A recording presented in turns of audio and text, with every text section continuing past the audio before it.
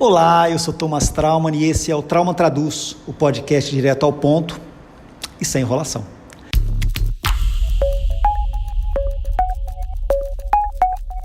Traumann Traduz. Hoje é dia 10 de agosto e vamos falar sobre a reação do presidente Jair Bolsonaro aos cheques na conta da sua mulher, Michele. O silêncio do presidente Jair Bolsonaro com a revelação de que o casal Fabrício Queiroz e Márcia Aguiar repassou R$89 mil na conta da primeira-dama Michele Bolsonaro é a maior prova de que ele sentiu o golpe.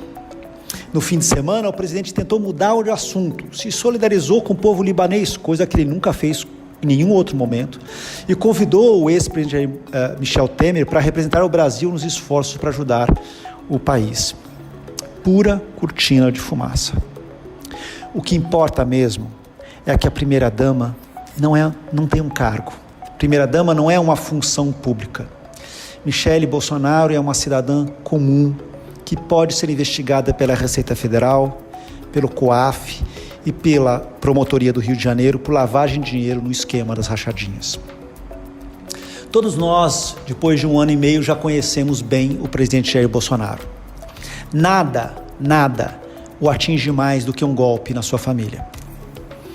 Vamos lembrar que no ano passado ele interveio na Receita Federal, mudou o presidente do COAF, mudou até o COAF de lugar, tirou o COAF do Ministério da Justiça e colocou para o Banco Central, colocou um aliado seu na Procuradoria-Geral da República, fez a intervenção na Polícia Federal, tudo para proteger os seus filhos, Flávio e Carlos.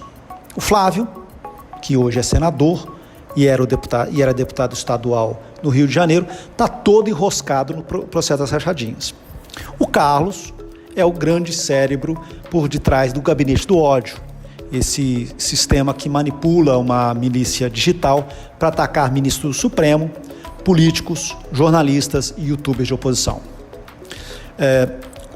O Flávio está sendo investigado pela Procuradoria do Rio de Janeiro e o Carlos está sendo investigado pelo Supremo Tribunal Federal. Bem, no documento que quebra o sigilo bancário do Fabrício Queiroz, que foi divulgado na sexta-feira, os promotores foram muito cautelosos. Eles informaram que não estão investigando Michele Bolsonaro. Ainda. Porque a questão é uma questão lógica. A primeira-dama terá, sim, que dar explicações de por que recebeu 27 cheques de Queiroz e Márcia entre 2011 e 2016. Lá atrás, quando estourou o caso Queiroz, já haviam se descoberto um cheque de R$25 mil do Queiroz na conta da Michele. E o presidente saiu com a história de que ele tinha feito um empréstimo para o Queiroz de R$40 mil e que aquilo era parcela de um pagamento. Você acreditou? Nem eu e nem os promotores do Rio de Janeiro. O presidente tem feito vários esforços para tirar o caso do Rio de Janeiro. O principal esforço dele é tentar jogar o caso, explicar que, como hoje o Flávio é senador e a Procuradoria do Rio não pode investigar senadores, esse caso deveria subir para a Procuradoria-Geral da República. Como nós já vimos, quer dizer, qualquer caso que subir para a Procuradoria-Geral da República, hoje em dia, significa que o caso vai ser enterrado. Essa é a intenção do presidente. E por isso que o presidente não fez uma reação tão forte. Mas a gente tem que entender o seguinte, o caso Queiroz é um espectro na vida do presidente Jair Bolsonaro. Há pouco tempo atrás, entre maio e junho, todos assistimos que o presidente estava namorando a possibilidade de uma intervenção militar no Supremo Tribunal Federal. Eu já falei isso aqui, vários outros analistas políticos já falaram. O presidente estava muito perto de fazer uma intervenção quando o Fabrício Queiroz foi preso. Depois que o Fabrício foi preso, ainda mais na casa do advogado do presidente, Jair Bolsonaro recuou. Ele recuou por quê? Porque ele teve sinais claros do Exército de que as tropas não embarcariam numa aventura institucional diante das circunstâncias para proteger um presidente que estava claramente metido num caso de corrupção na Assembleia Legislativa do Rio de Janeiro. O que aconteceu depois? O presidente baixou o tom. Nós vimos que desde julho para cá o presidente tem basicamente se comportado. O gabinete do ódio continua trabalhando pra caramba, mas o presidente tem falado menos, tem modulado melhor a sua exposição.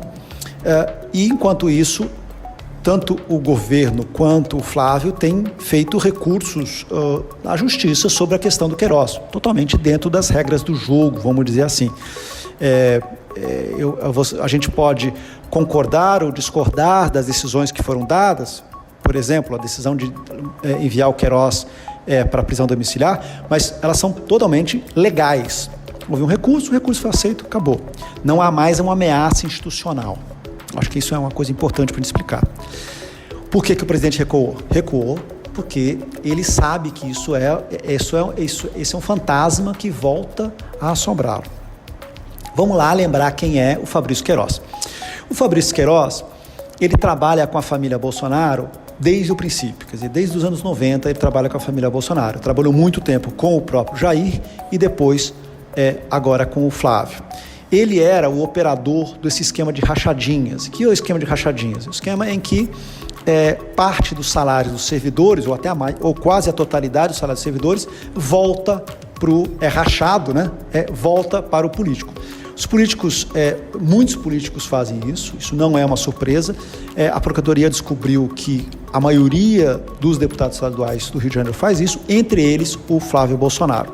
Quem gerenciava esse dinheiro, quer dizer, ou seja, a devolução do dinheiro dos servidores, era o Fabrício Queiroz.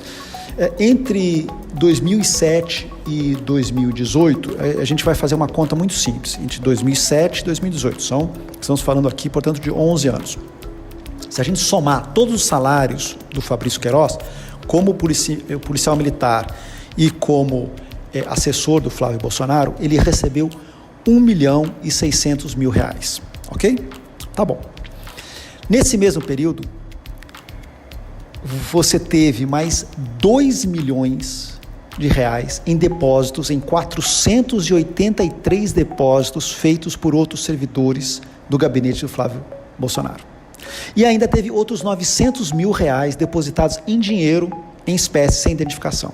Ou seja, o Fabrício Queiroz recebeu R$1.600.000 e a conta dele, além disso, foi depositado mais R$2.900.000 na conta dele, só nesse período.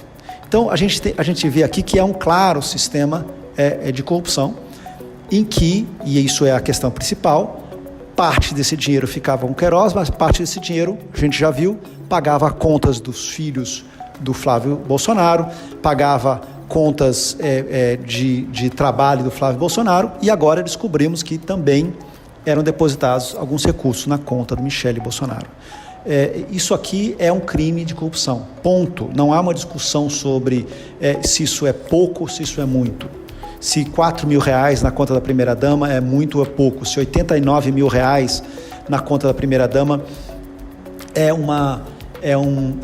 pouco comparado com a corrupção da Petrobras. Ninguém está discutindo isso, está discutindo a corrupção. O fato é, Fabrício Queiroz mantinha um esquema de corrupção entre os servidores públicos, pegava dinheiro público para usar esse dinheiro público de volta, e esse dinheiro público terminou na conta da primeira-dama do Brasil. E isso é uma coisa muito grave. Isso é uma coisa grave e mostra, porque o Jair Bolsonaro, qual que é a tática do Jair Bolsonaro? O Jair Bolsonaro gosta de se mostrar como aquele sujeito sem medo.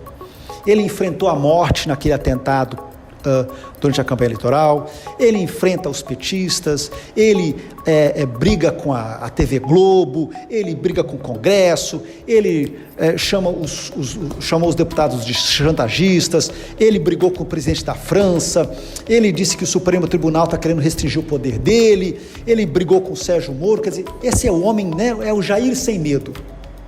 Jair sem medo. Sem medo até aparecer o caso Queiroz. Quando aparece o caso Queiroz, Bolsonaro treme, porque ele sabe como esse caso pode atingir a sua família e o futuro da sua carreira política.